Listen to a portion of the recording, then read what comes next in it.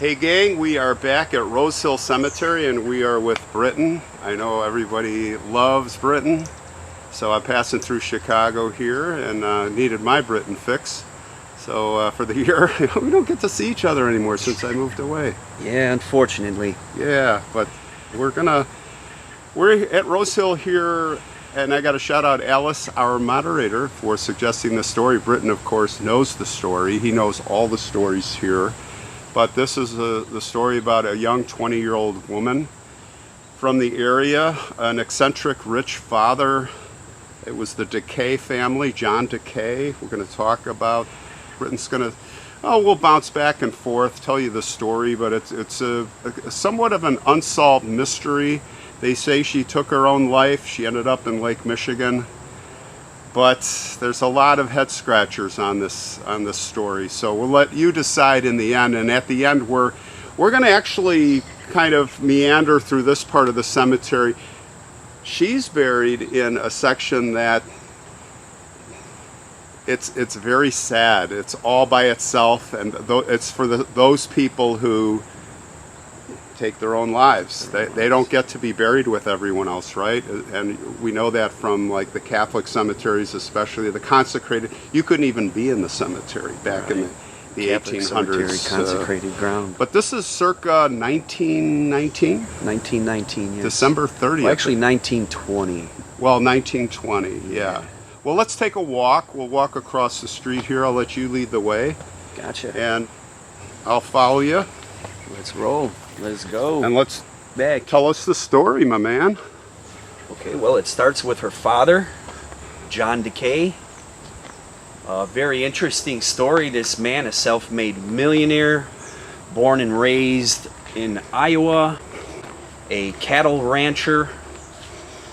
From there, he, in his early 20s, moves to Mexico, becomes known as the Sausage King of Mexico.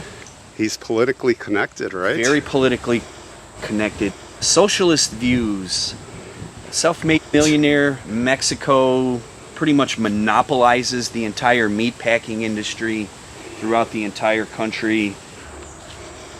From there, he actually gets into writing and becomes a playwright. He has a brief period in his 30s where he's back here in the States on the East Coast writing plays. Controversial plays. Yeah, dig in definitely to this man's story if you're interested. What's the play? Was Judas and Jesus and Pontius Pilate having an affair with Mary Magdalene? Yeah. Yeah, that got shut down real fast in New York, right? I believe it was one performance, and then from there it was blacklisted across the nation. I imagine discouraging to him, so he gets back into business, which at this point becomes oil, and then mining, and then he finds himself in Europe, blazes quite a trail, a controversial figure. He was actually at one point wanted by quite a few countries. Like all the countries, right? In Europe in the end? All the Western societies out there. He was involved in bank fraud and real estate scams. Anyhow, his children were from his first wife, were born here outside of Chicago, up north, like by Waukegan Lake Forest, I want to say. You have some associates of his and one of his relatives actually involved with the Baha'is. Anybody who knows about the Baha'i faith, we have one of the few Baha'i temples here. That's a massive temple. Yeah. An incredible structure. One of the wonders of the like religious temples and stuff like that all across. It's a tourist attraction, actually. Anyhow, from there though, pre-teens, he sends his daughters to boarding school in London, and that is where his daughter Jeanne Anna, her nickname was Janie, starts to just get sick of the posh, rich life. So upon graduating from school in England, she decides that she wants to become part of the working class and do what she can to get into philanthropy and the women's rights movement here in the States. From there, her father's connections get her involved with Jane Addams at the Hull House, where she becomes a volunteer, a housemaid. The stories all say that she was committed to just doing small menial tasks around the Hull House, and she was one of the favorites of the head housekeeper. The age of 20. Okay, she was born in July of 1899.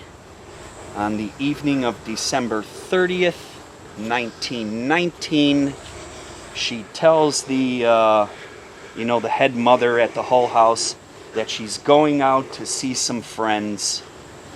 She leaves Hull House with her handbag containing approximately $2 and a toothbrush. Now this is December 30th. This is a day before New Year's Eve. From there she disappears. And Janie is not seen again. 4 months. Yeah, 4 months. During this time, though, Jane Addams herself, this became a worldwide story, a worldwide search for her. The fact that she just disappeared without a trace. Jane Addams was involved. Jane Addams was doing whatever she could with authorities all over the country, try to trace her footsteps from the time that she left. Unfortunately, the first week of April in 1920, a body washes up in Lake Michigan, right outside the old municipal pier, and the head mother from the Hull House goes to the morgue and identifies the body of that being Janie DeKay. So they find her body. Yeah. And now they immediately jump to conclusions and they say she took her own life. Yep. But there's a lot of questions. Her brother, John Jr., has some information, right? Yeah, he sure did. And he had some questions. Gosh. How about the 2 Romanian women? Yeah, that ties into some of the theories. Salters. Yeah. Miss DeKay had been inflicted with smallpox during her early teenage years, and that left her very discouraged. She felt that, quote unquote, she was just a plain Jane, and that she was never going to fit into the rich elite society. Due to the smallpox infliction upon her, she had scar tissue on her face and chest. That is how the head mother was actually able to identify her at the morgue. And she had a boyfriend that dumped her for another woman. Yeah. That could have been a trigger. Yeah, heartbreak. So there are some arguments for her taking her own life, but there was these 2 Romanian women that they had met on she was on I guess she would have been with her brother, but they were coming back from Europe. And it was a mother and daughter, and it was kind of suspicious because in those days, the kidnapping ransom thing was huge, and rich family. And they're thinking that maybe that the mother and the daughter conspired. Right. Right? And now she disappears on December 30th. She's found, 3 months later. They could not tell from the autopsy exactly how long she had been deceased, because the body was still pretty well preserved. The fact that she was in ice cold water could contribute to that, but there's no exact, they don't know an exact date when she actually passed away. So the date of death is December 30th on her headstone. There were a lot of mysteries involving that. During the time that she was missing, there was actually a woman who was arrested in Atlanta, Georgia, that Jane Addams actually went to Atlanta to see the police interview this woman because she thought that maybe it was Janie, that maybe Janie had just decided to move off and start a new life. This lead ended up turning up nothing. The woman in Atlanta was not her. She was in fact like a fraudster, and that really turned up nothing. But Jane Addams really putting in a lot of effort all across the country to get to the bottom of this. and then unfortunately they find her. Now, the head mother at the time said that she was in distress, and that, yeah, very possibly she had just decided to take her own life, unfortunately. But the toothbrush Exactly. in the purse, you mentioned that earlier. Her brother, John Jr., said, Her brother wasn't buying it. yeah, he said, why would she take just a toothbrush? She wouldn't bring her toothbrush if she was going to take her life. So that was kind of weird. Yeah, and then you have just the connections with her father and the the road politics going on with him, the fact that he had burned a lot of bridges stateside and in Europe. These two Romanian women whom she had befriended on that cruise back from Europe with her brother were involved in a few real estate scams or something, I want to say. Right. Madame Salter was this woman's name. I didn't really dig too far into that, but yeah, these were suspicious.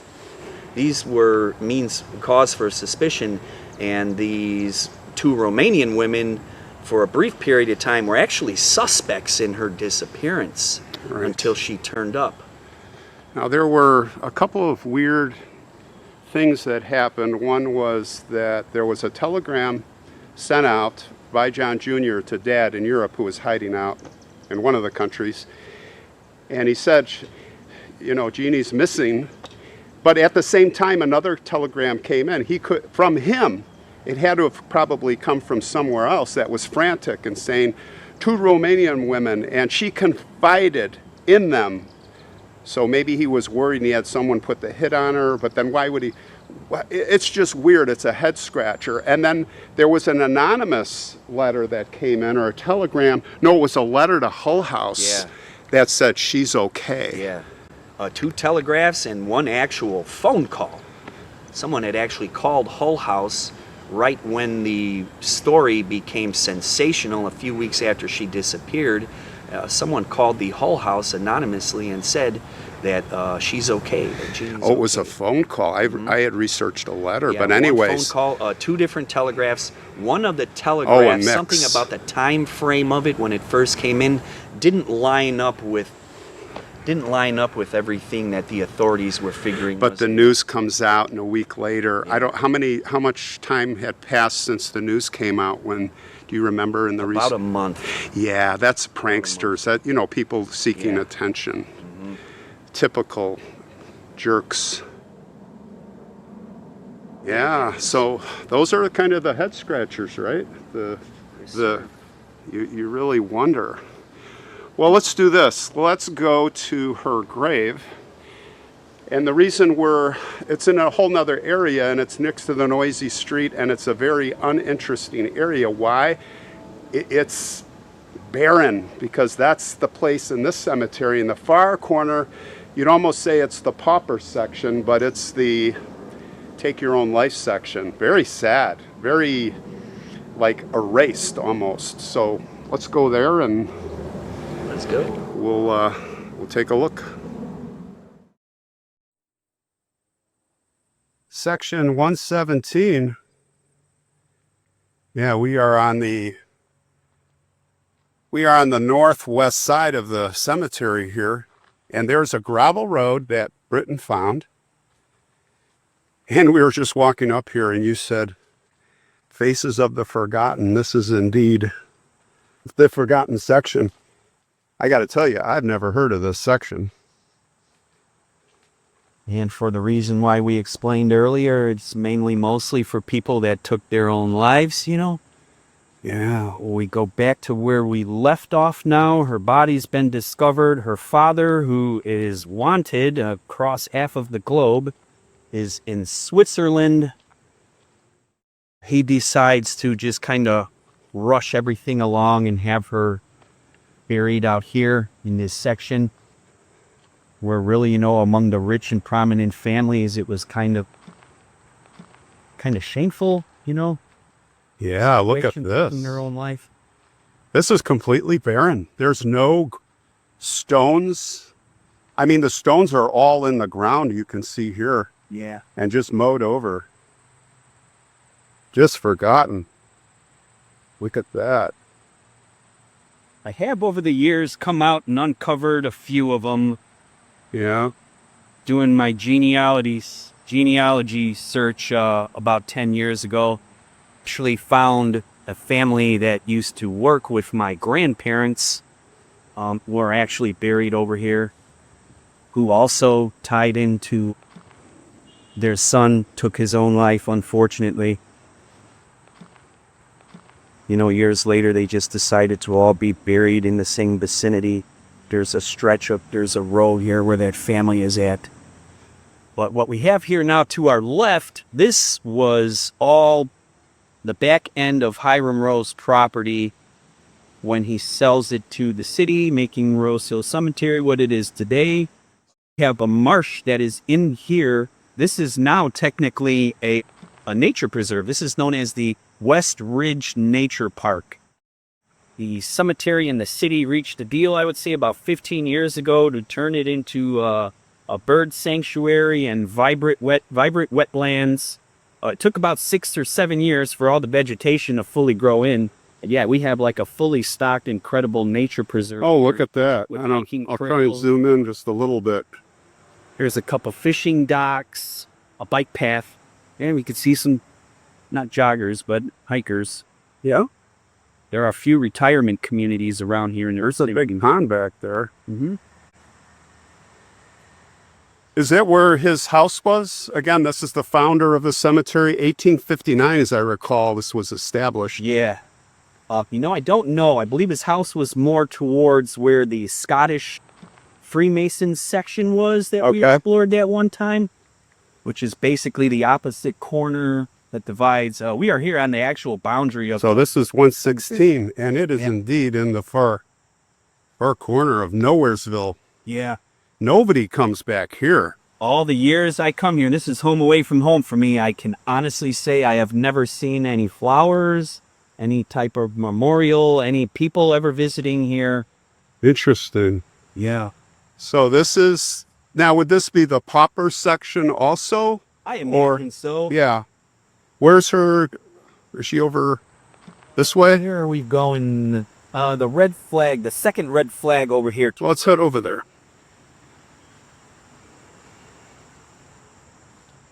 Now, I first heard of this story, gosh, in the late 90s when I was coming out here with Helen Sklar and Richard Cole. Oh, from Bohemian National. Mm-hmm. Yeah, God rest both of them.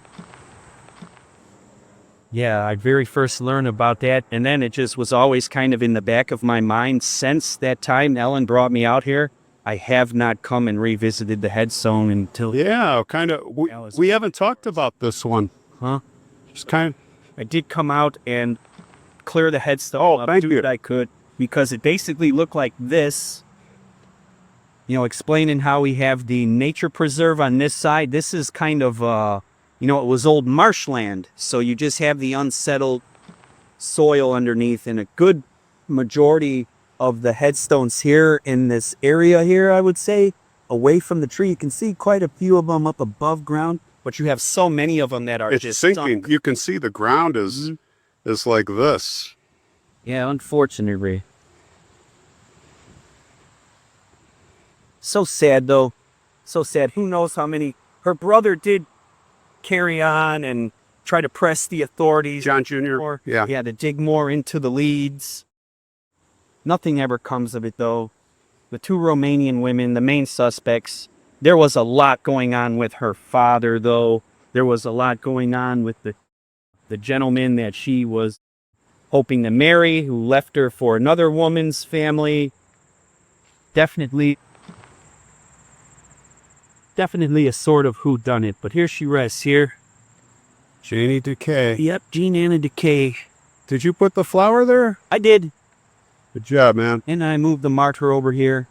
Good and job. I'll do my best over, these upcoming, as long as I'm here, these upcoming years to come and pay my respects to her. It reminds me of Wanderer. I was just going to say, right? Johnson. Yeah. Yeah. Graceland. Graceland. Very much. Taking care. Way to go, Britain. Yeah, we'll get a yellow rose out here for you, Janie. Yeah. Oh, I forgot that. We'll bring the yellow rose today, like right now.